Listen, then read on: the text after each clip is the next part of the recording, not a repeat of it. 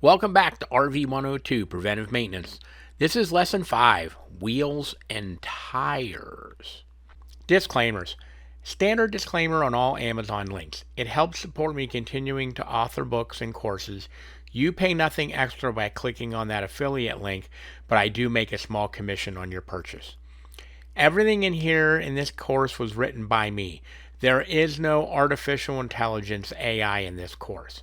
Any mistakes you find are truly mine and mine alone. Lesson 5.1, Tire Pressure.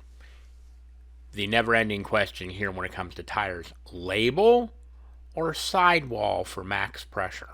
I'm not even going to get into this, but what I'm going to do in the lessons, I'm going to leave you 4 links, 2 from RV Travel, 1 from RVTireSafety.net, and 1 from RVSafety.com. And you watch those to help you to understand the various pieces, parts as to whether you should use the label for your max tire pressure or the sidewall on each of your tires for your max tire pressure. That's about all I'm going to say in that. The links will be in the particular lesson 5.1, Tire Pressure. Lesson 5.2, Tire Tread. So what is good tire tread depth? A good tire tread depth is 5/32 of an inch or deeper. Tires with 4/32 of an inch or less depth are recommended to be replaced. Once you hit 2/32 of an inch, they're considered bald and must be replaced for your safety. Stopping distances on wet roads increases as the tire depth decreases. The risk of hydroplaning also increases, which is definitely a bad thing when it comes to cars, and it can be devastating when it comes to RVs, either towables or motorhomes. Tire tread gauge. You can find the option to buy it on the store at store.rvingfornewbies.com. You're making sure you're looking for 5/32 of an inch or deeper. You could use what's called the penny test. This has been used for years. The penny test is performed by inserting a penny upside down into one of the main tread grooves.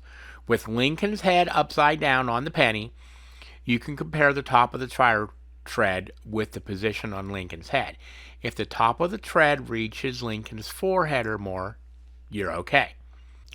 If it reaches Lincoln's forehead and the top of Lincoln's head, you should consider replacing your tires soon. If the top of the tread doesn't reach the top of Lincoln's head, your tires should be replaced immediately. Lesson 5.3, DOT codes.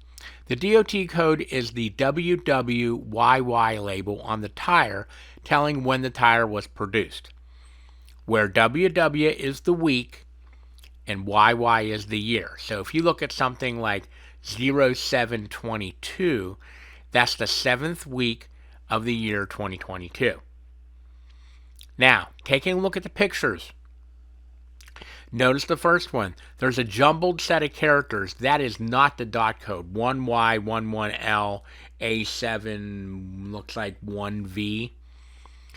The second picture down there, which is the one behind what looks like the dot code, is the true one that says 0722. So, keep in mind, they only put the dot code for when the tires were manufactured on one side of the tire. Quite often, when I'm doing an inspection, I got to get out a tool to be able to look at the inside of the tire, especially on the dualies, to be able to figure out what the dot code is. Lesson 5.4, Visible Damage. You will want to look for any signs of damage or what appear to be issues with the tire. Nails, screws that are embedded in the tread, or bulges, cracks, or bumps. If you find something that appears to be suspicious, have a professional tire expert take a look, or maybe it's time to get those tires replaced. There is nothing worse than a blowout on an RV, no matter what type you have. Best case is you're stuck on the side of the road. Worst case is, well, we won't go into that, but there have been cases where people have died because of blowouts, and it just goes nuts. So, keep that in mind. Visible damage check quite often. Lesson 5.5, Torquing of lug nuts. Here's where you'll need to do some research. There is no standard answer as to what the torque needs to be for your RV. Motorhome, towable, pop-up, doesn't matter. Research in your owner's manual or check your RV manufacturer website to see what it needs to be.